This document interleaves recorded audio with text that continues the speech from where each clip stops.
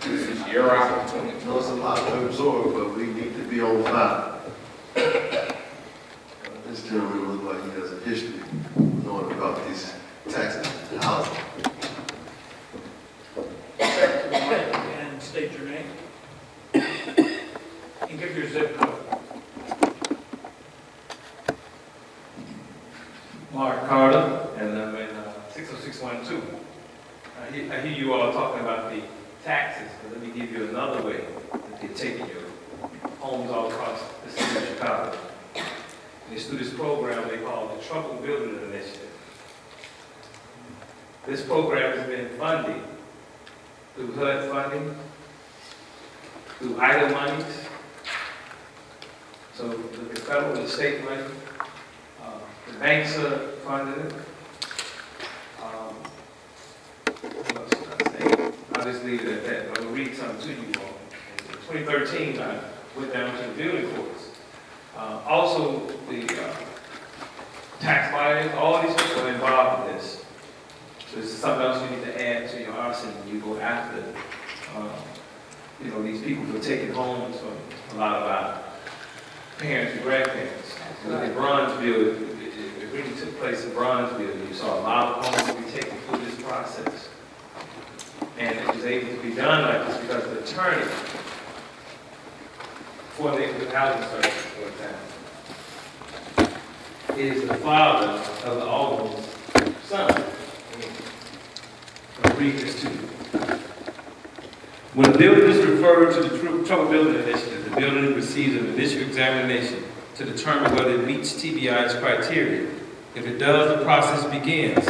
CIC identifies ownership and history, and if possible, begins working with the owner to discuss what needs to be done to bring the building into compliance. Seems like they're trying to help, right?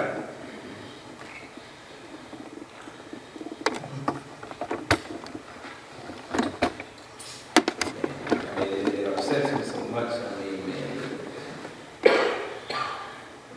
But at the same time, the Department of Building inspects the property and works to file a case against, in housing court. Once in housing court, the city and CIC continues to put pressure on the owner. If the owner cannot show that he or she is taking steps towards compliance, a receivership petition is filed by the city and heard by the judge. If the petition is granted, the judge wants to receive it. Charges for work performed by the receiver are either paid by the owner or rolled into a lien against the property in the form of a receivership certificate. The lien has priority over anything other than real estate taxes, including existing mortgages against the property.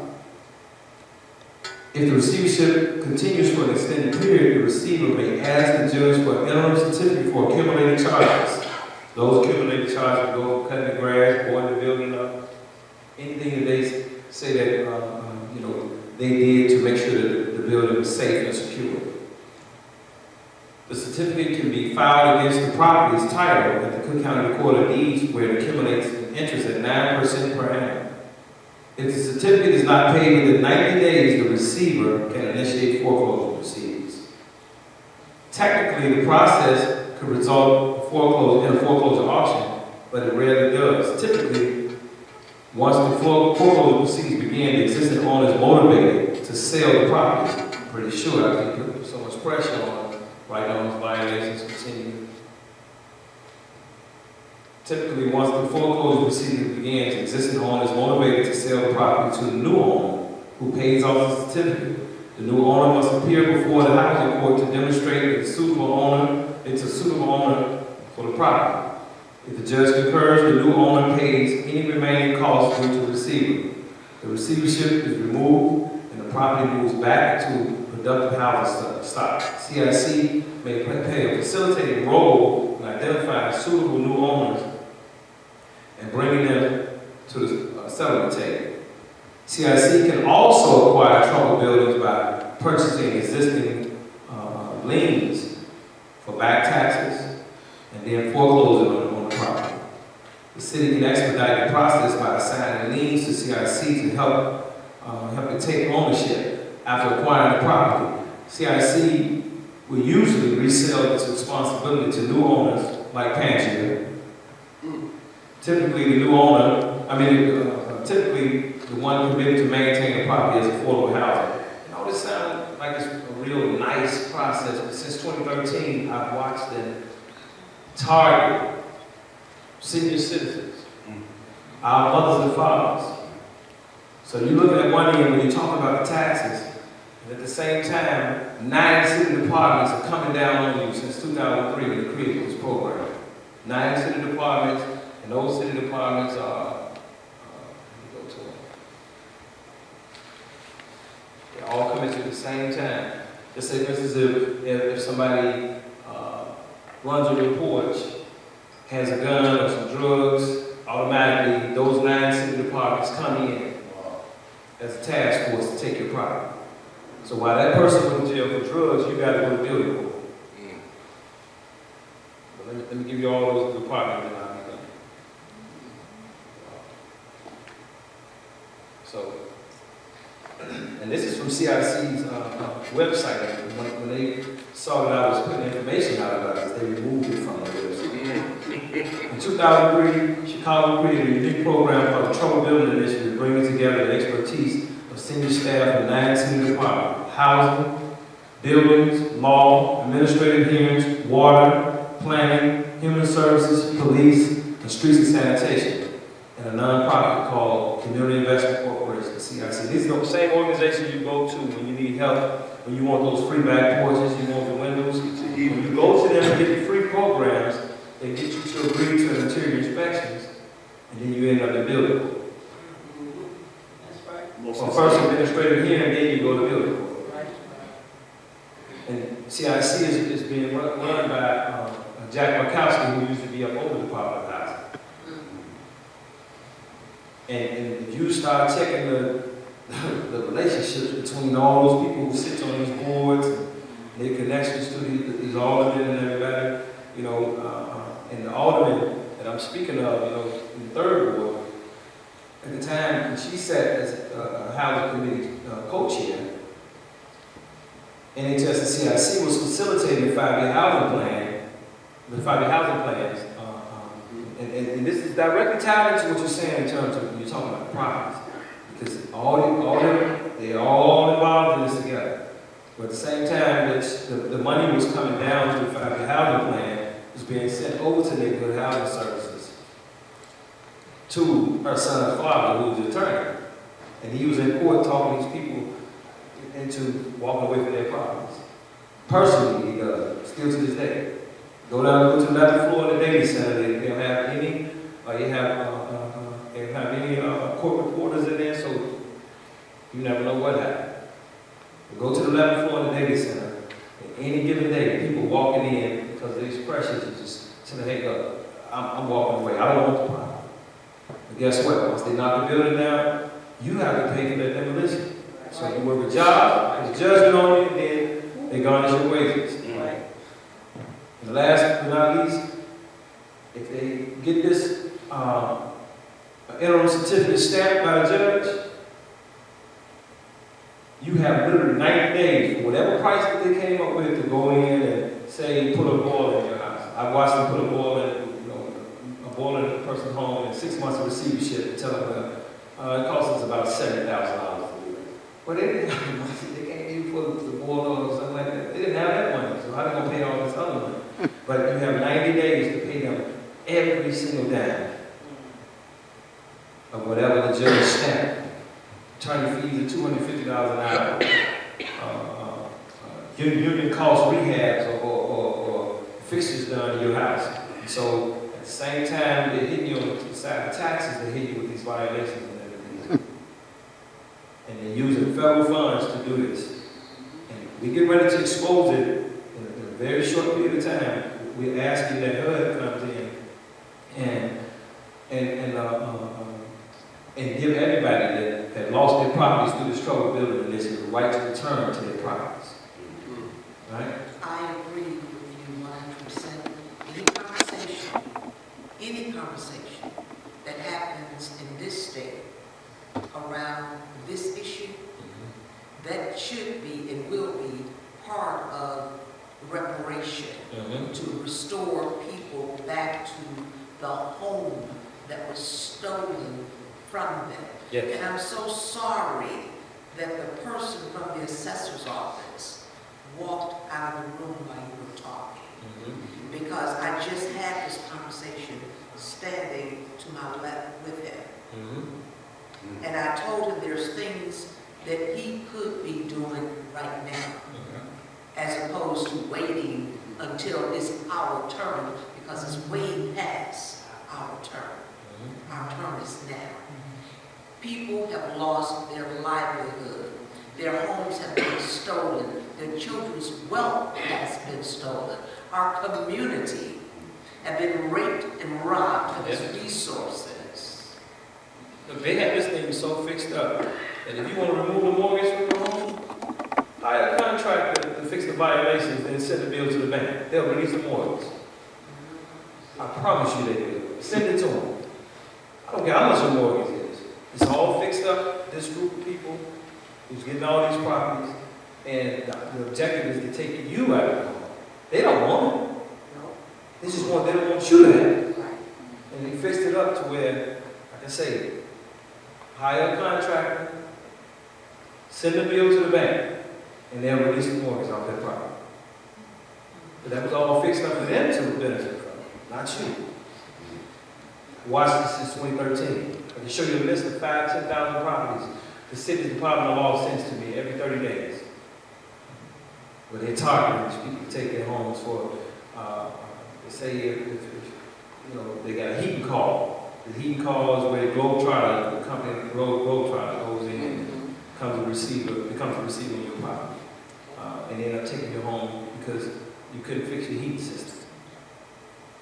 When you got NHS and CIC, these are organizations you go to for help. You go to them for help to get your windows and those things. And you turn around, you get the building code, these people become the receiver on your home.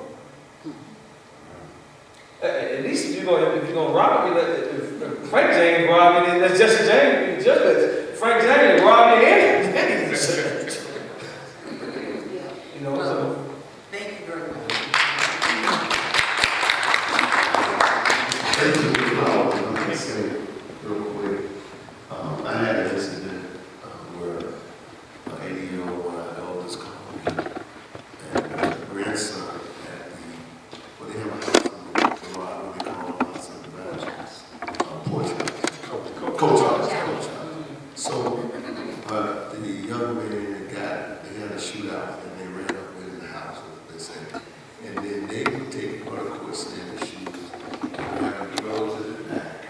There's a grandson in the back that she has nothing to do with. So now the investigators, the police, put her in inspection. So I went to the court, which they did the same thing, came in, looked at either, then they got these drug charges on. She was pretty much hopeless, but I knew some guys. Because when we down there, remember, she comes in for cane. They're proving now at the time. So I think just proving that they don't know law.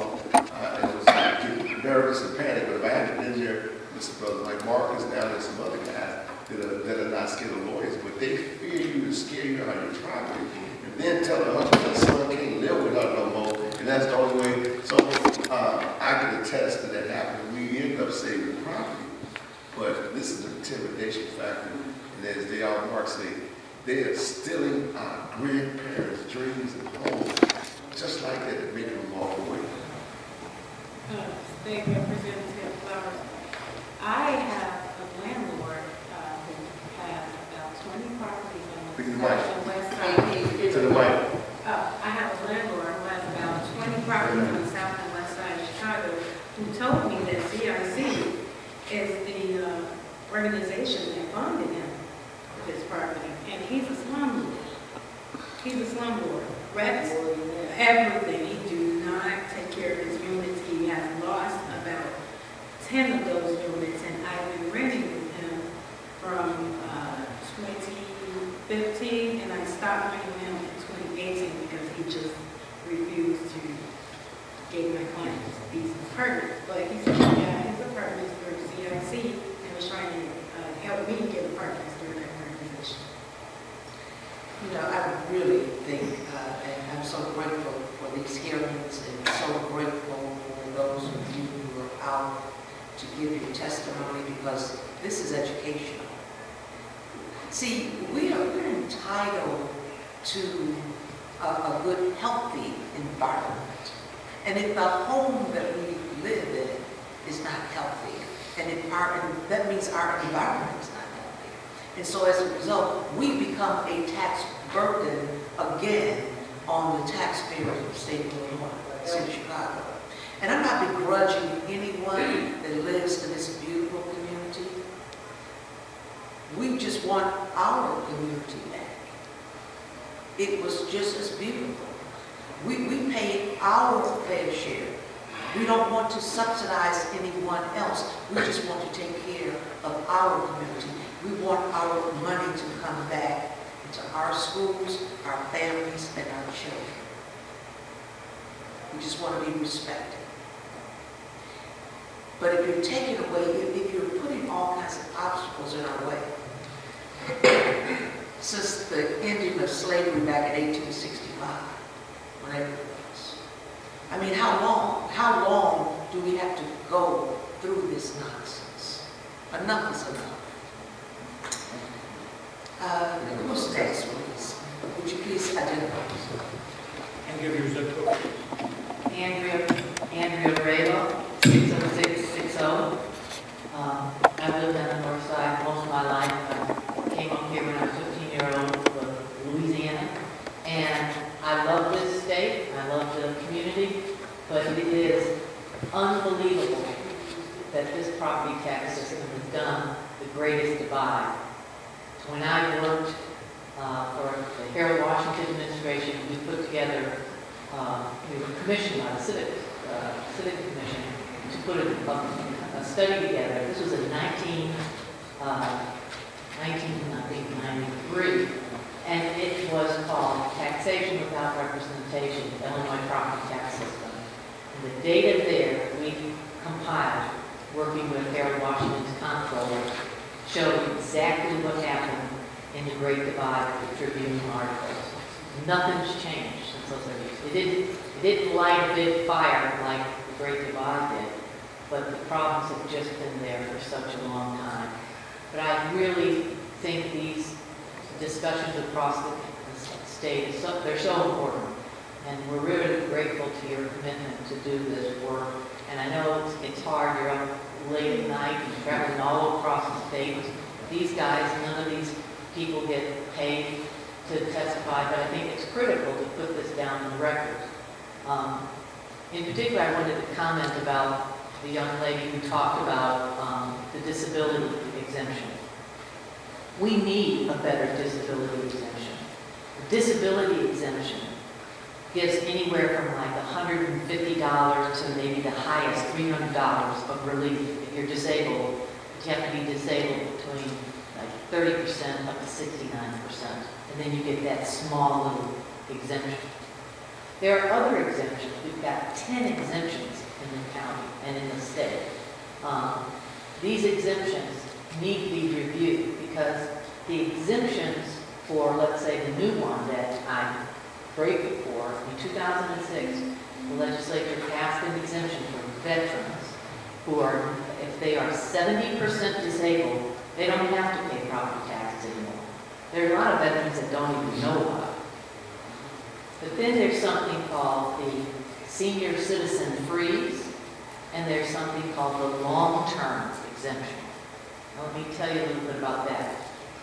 Going back just to the veterans exemption, you can get that exemption if you're 70% disabled, but your house can't be worth more than $850,000. Now, I never met a vet that had an $850,000 home, and I don't live in an $850,000 home, but that's the limit that they put, okay? But for the long-term exemption that the state could have taken it off throughout the state, but they opted out, only Cook County took it. You had to be in your house for 10 years, and your income had to be $100,000 or less, and it didn't matter how old you were. And so the General Assembly is sunsetting the law so that at this point, all long-term exemptions that have been given out have only been given out to the northwest suburbs, the North Chicagoland area. And they totaled in 2018 $6.7 million that those homeowners didn't have to pay. And when we looked at those 2,210 homeowners, they owned homes that were $1 to $4 million. And they got long-term exemptions. The highest one was $30,000 removed off their tax bill. Not one single long-term exemption was given to the south suburbs or to the west. Not one. So I don't know how they're sunsetting it, if they're only sunsetting it in the south and it's completely blacked out, or it's sun shining up on the north side for people with $1 million, multi-million-dollar houses. But that's a big, big problem. And the second exemption that I know it's late. I got two 16-year-olds at home, and there's no school tomorrow because of the strike. I'm home alone, and I pray that everything will be okay. But this exemption of the senior freeze, the highest level that you can get on the senior freeze can be $30,000 to $29,000 off your homeowner's exemption bill in the second installment when you live in a multi-million-dollar house. And that senior freeze is for those of us that are 65 and we make $65,000. And you can qualify for the senior freeze. What person resides in a $2 million home or $1 million home that's only getting $65,000 that would qualify for a tax reduction of $30,000? They may be on a pension, they may be taking off their pension, they may not be taking their 401k, they may be keeping it. But these exemptions were not meant to help those kind of homeowners. And we need to review that because it should be meant for people who are overburdened with taxes.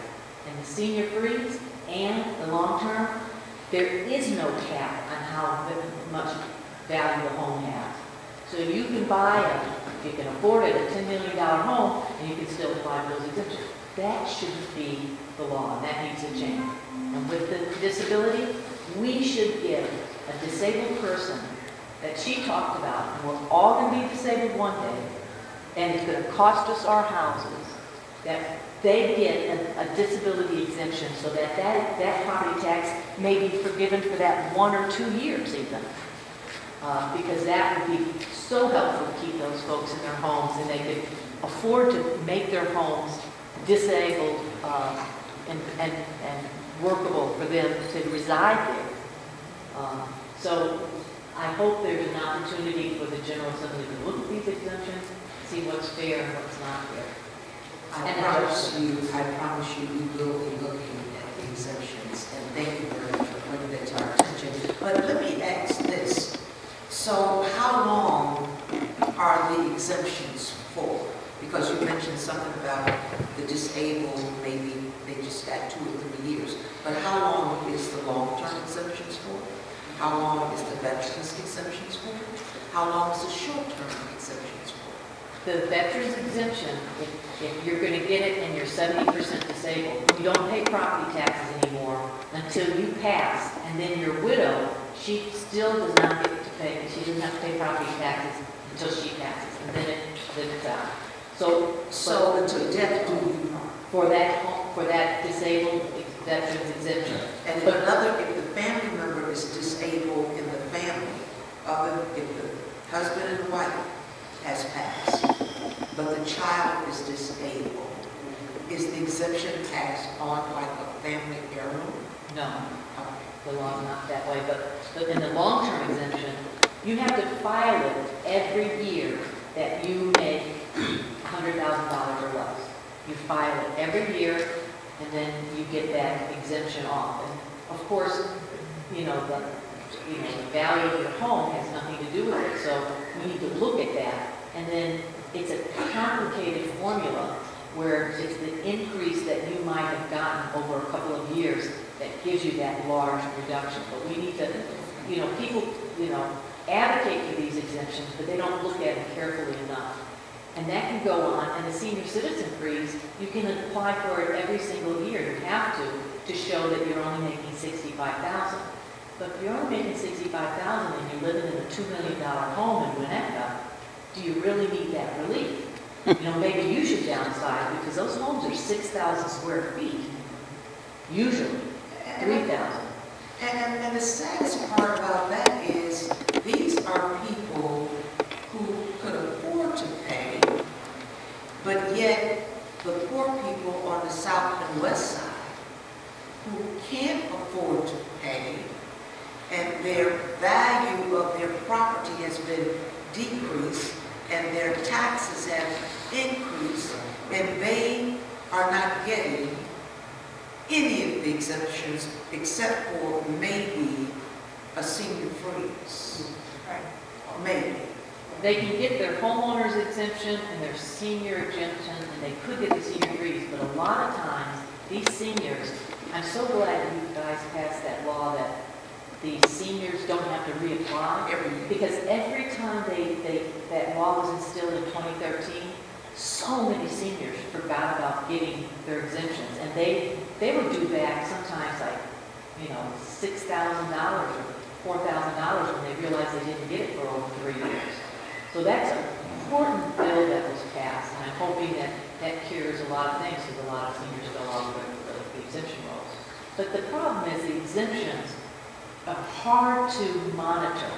It's hard to monitor if people are cheating on them. It's hard to monitor that people are getting them correct. And so the assessor's office has got to get better people, more people to look at those exemptions and make sure that they apply properly and that they're sent out. I'll tell you one quick story about the long-term exemption. The assessor's office will say we only give it out to about 2% of the people. And it's true. There was 2,210 people that got it. And they were all up on the north side. So when I had my plumber over to fix the sink, I said, "You ever hear about that long-term exemption? He lives in Morton Road." "No, I haven't." I said, "Why don't you fill it out?" He took it, he filled it out, he said he made less than $100,000, he wrote everything, you don't give him your income tax or anything, and he sent it in, he got $2,000 off his tax bill. So why couldn't I send it to any of you guys and you fill it out?